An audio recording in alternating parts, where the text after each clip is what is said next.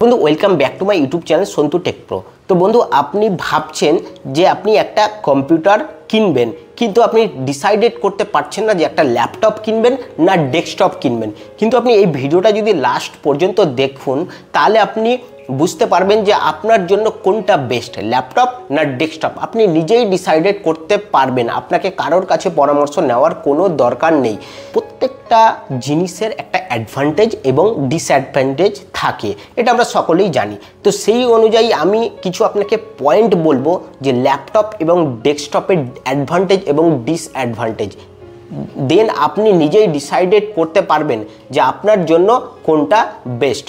তো বন্ধু দেখুন, প্রথমে হচ্ছে কস্ট। আপনার যে বাজেট আছে, আপনার বাজেট যদি ধরুন 30,000 হয় বা 25,000 হয়, সেই বাজেটে আপনি যে ডেস্কটপটা কিনতে পারবেন সেই কিন্তু বাজেটে আপনি সেই কনফিগারেশন কিন্তু আপনি ল্যাপটপে পাবেন না। ল্যাপটপের জন্য আপনার কিন্তু একটু হাই কস্ট পড়বে, মানে সেম কনফিগারেশন যদি আপনি নিতে যান তাহলে কিন্তু ল্যাপটপের দামটা একটু বেশি পড়বে, কিন্তু সেই প্রাইসে কিন্তু ডেস্কটপের কিন্তু কনফিগারেশন বেটার হবে। তো আপনি যদি আপনার বেটার কনফিগারেশন চাই কিন্তু আপনার বাজেট কম, তাহলে কিন্তু আপনি ডেস্কটপের দিকে যেতে পারেন।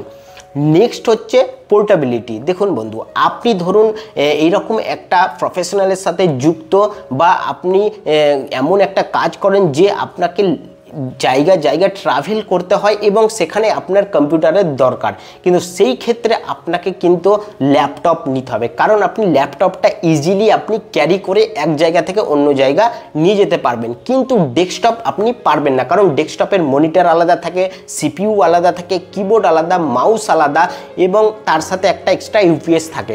সেই অনুযায়ী আপনি কিন্তু ডেস্কটপ কিন্তু এক জায়গা থেকে অন্য জায়গায় ট্রাভেল করে নিয়ে যাওয়া ইজি নয়। তো সেই ক্ষেত্রে আপনি ল্যাপটপ নিতে পারবেন। হচ্ছে যে আপনি স্ক্রিন সাইজ দেখুন, আপনি ধরুন ভিডিও এডিটিং করছেন, তার জন্য বড় স্ক্রিন লাগে, বা আপনি গেমিং চ্যানেল করেছেন বা গেম খেলবেন, তাহলে কিন্তু তার জন্য বড় স্ক্রিনের প্রয়োজন হয়। সেক্ষেত্রে কিন্তু আপনি ডেস্কটপের দিকে এগোতে পারেন, কারণ ডেস্কটপের কোনো ফিক্সড মনিটর সাইজ নেই। আপনি যে কোনো সাইজের এক্সট্রা মনিটর লাগিয়ে আপনি ডেস্কটপ চালাতে পারেন, কিন্তু ল্যাপটপে একটা ফিক্সড মনিটর আছে।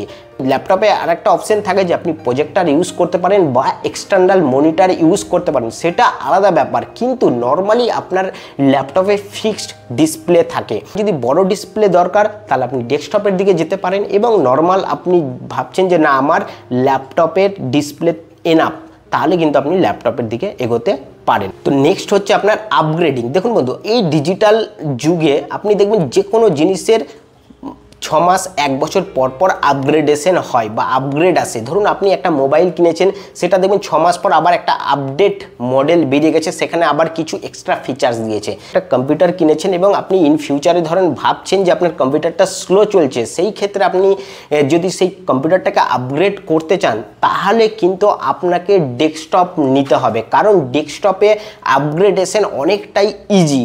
কিন্তু সেই তুলনায় ল্যাপটপে ধরুন আপনি চাইছেন র্যাম চেঞ্জ করবেন বা হার্ড ডিস্ক চেঞ্জ করবেন, সেটা করতে পারবেন, কিন্তু সেটা কিন্তু প্রপার টেকনিক্যাল পার্সনের দরকার পড়বে। নেক্সট হচ্ছে আপনার পারফরমেন্স। দেখুন ডেস্কটপের কিন্তু পারফরমেন্স বেটার ল্যাপটপের তুলনায়, কারণ দেখুন আমরা জানি যে কোনো দেখবেন আপনি কোনো গেমার বা ভিডিও এডিটিং যারা করে তারা কিন্তু ডেস্কটপকেই প্রেফার করে, কারণ হচ্ছে যে ডেস্কটপের যে পারফরমেন্স বা কাজের যে স্পিড সেটা স্মুথলি হয়, কিন্তু ল্যাপটপে সেই তুলনায় সেই রকম পারফরমেন্স দেয় না। তো সেক্ষেত্রে আপনি এমন একটা কাজ করছেন বা এডিটিং রিলেটেড কাজ করছেন, তাহলে কিন্তু আপনাকে ডেস্কটপই নিতে হবে, ল্যাপটপের না নেওয়াই ভালো, আমার যেটা সাজেশন। ওভারঅল আপনার একটা বেসিক নলেজ যে আপনি যখন কোনো একটা কাজে যুক্ত আছেন বা যে কাজের জন্য নিচ্ছেন সেইটা ইম্পর্টেন্ট।